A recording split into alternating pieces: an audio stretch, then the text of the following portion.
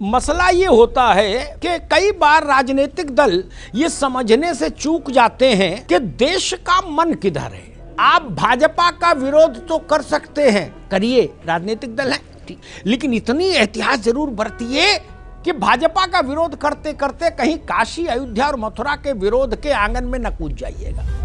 क्योंकि मैंने उसमें बताया, वहीं से सवाल आपसे लूंगा कि अयोध्या का विरोध जिन जिन दलों ने किया था, ये बात कर रहा हूं 89 से, जब से अयोध्या बड़ा मुद्दा बना, वो सारे दल आज कुपोषित हो गए।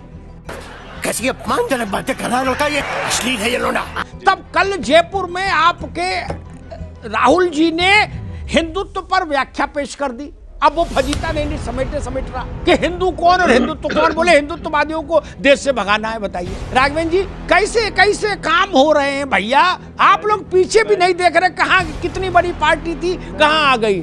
नहीं, बाबा विश्वनाथ कितने तड़प रहे होंगे जी, किस बात जिस देश में 12.5 करोड़ लोग भूखमरी के कगार पे चले जाएं, उनकी नौकरी छूट जाए। ठीक कपिश भाई, अभी आज हम इसी पर रहेंगे। कपिश बाबू आज काशी पर नहीं है, क्यों नहीं है? बाबा अगर रो रहे हैं तो हमें कहना नहीं पड़ेगा। चलिए ठीक, बाबा रो रहे हैं तो हमें कहना नहीं पड़ेगा। ठीक, लेकिन यही टोन और टेक्सचर में अयोध्या के समय सुनता था। बड़े बड़े विद्वान आते थे, हैं, वो कहते थे बताओ ये क्या लंपटाई हो रही है आंदोलन के नाम पर, है, यहाँ बात वो अस्पताल बना दो। एक बड़े नेता आए, बोले जी यहाँ शौचालय बना दो। सब पार्टियां ध्वस्तीभूत हो गई, कुपोषण का शिकार हो गई, लोगों ने खारिज कर दिया। मैं क्या करूं, फिर जॉब छोड़ दूं?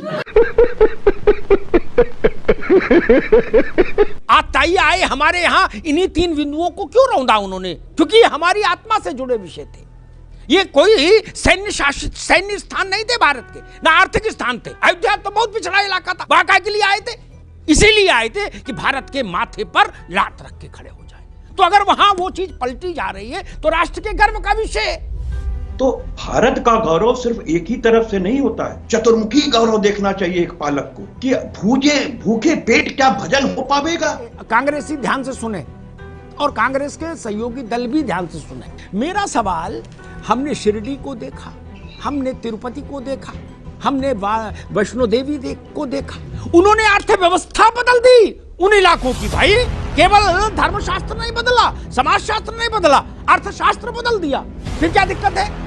हम एक रास रंग पर 300 करोड़ रुपया खर्च कर देते हैं एक शहर में, जब सरकार में होते हैं तब बच्चे भूखे नहीं होते। मैं कहना नहीं चाहता था ये विषय, लेकिन आज काशी में बाबा विश्वनाथ धाम के पुनरुद्धार के समय ये जो राजनीति की गई, ये ठीक नहीं। भाजपा से निपटने के लिए और तमाम दिन आप इसके औचित्य पर सवाल खड़ा कर रहे हैं, गजब बात कर रहे हैं। सेफई में नाच हो सकता है, वो औचित्यपूर्ण है, लेकिन बाबा विश्वनाथ धाम नहीं बन सकता क्योंकि बच्चे भूखे हैं। कैसे कैसे, जैसे आदमी अल्टो नहीं खरीद सकता, स्कूटर मोटरसाइकिल नहीं ले सकता भारत का आम आदमी, वैसे आप लोग जहाज में चल रहे हो, निजी जहाजों में, है, ज्ञान बांट रहे हो कि गरीब के लिए वो रात भर जग रहे हैं, छत पे टहल रहे हैं। हमने आप लोगों के घरों में कप प्लेट देके पूछो ये कटोरी कहां से आई, बोले ये इटली से आई, बोले ये बोले पेरिस से आया गिलास। गरीब के लिए रो रहे हो यार, तमाशा नहीं किया करो भाई, इतना तो मत किया करो। लोग सुनते होंगे टीवी पर, इस पर, तो क्या कहते होंगे? जहर खाने का मन करता होगा गरीब आदमी का। उसके गरीबी के साथ मजाक मत करिए। आप रोटी नहीं दे सकते तो शांत तो रहिए।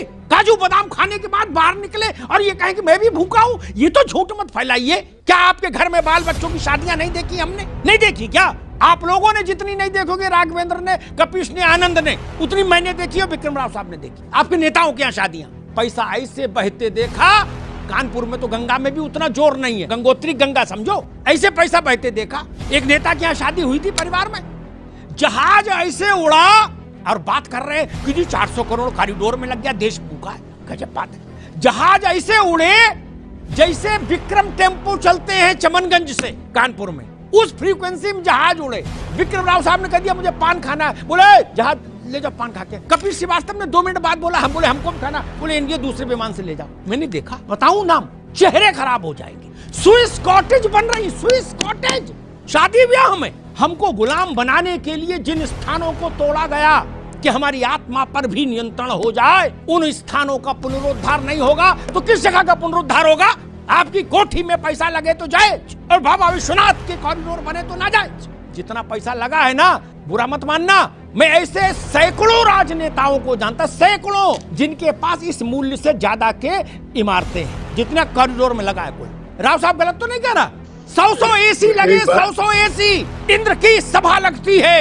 अरे पशु पक्षी भी विदेशी हैं। 2.5 लाख का तोता, उसको मकाऊ बोलते, क्या बोलते पकाऊ? हाँ, एक नेता थे, बोले ये पकाऊ लाए, मकाऊ बताए, बोले मैंने कितने का लाए? बोले भैया 2.5 लाख का लाए। वो भी कह रहे थे मैं गरीब के लिए रात भर जगता हूँ। मैंने कहा फिर मकाऊ को कब खिलाते हो जब गरीब के लिए रो रहे हो? 7.5 लाख रुपया का चश्मा। बाबा विश्वनाथ पर सवाल उठाओगे? आप लोगों के पास नैतिक सत्ता नहीं है। नैतिक सत्ता नहीं है आपके पास सवाल उठाने की। भाई आपकी कमाई का कोई साधन नहीं और आप कपड़ा रोज 3 बार बदल रहे हो, नींबू काट पहन रहे हो, कहां से आता है पैसा? काम कोई है नहीं, धंधा कोई है नहीं, बायोडेटा में लिखा समाज सेवा और फॉर्च्यूनर में चल रहे हो झमाझम, 4 गाड़ी आगे 4 पीछे और जूता भी साला सफेद पहन रहे हो, मोजा ही नहीं। और जो नहीं पहन पा रहे वो दुख में मरे जा रहे। वो कह रहे कि हे ईश्वर ऐसे दिन हमारे कब आए कि मैं भी सफेद जूता पहन पाऊं और 10 अंगूठी 10 उंगलियों में और वो बकरी बांधने वाली उतनी मोटी चेन गले में। कोई कह रहा राष्ट्रवाद लाएंगे, कोई कह रहा जी समाजवाद लाएंगे, कोई कह रहा जी कांग्रेस लाएंगे क्या, और 250 ग्राम की चेन डाले गले में। आप लोग सवाल उठाएंगे काशी विश्वनाथ पर? ना भाई साहब, ऐसा मत करिए। आध्यात्मिक को छोड़ भी दें, हालांकि आध्यात्मिक मान का कोई मूल्य नहीं होता।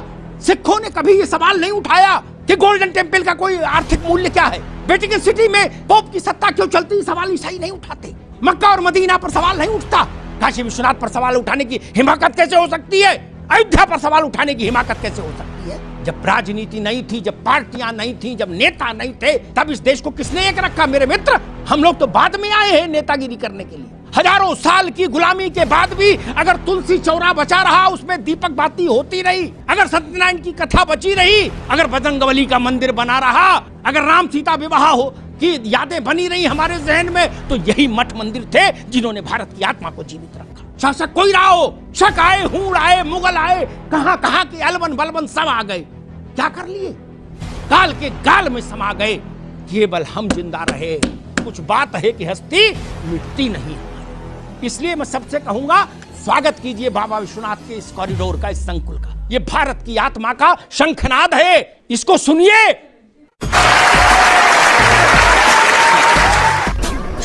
बंद करो, हाथ जोड़ के मैं मोदी साहब से गुजारिश करता हूँ। आप लोग रोना बंद कीजिए। मेरे तक आवाज आ रही है।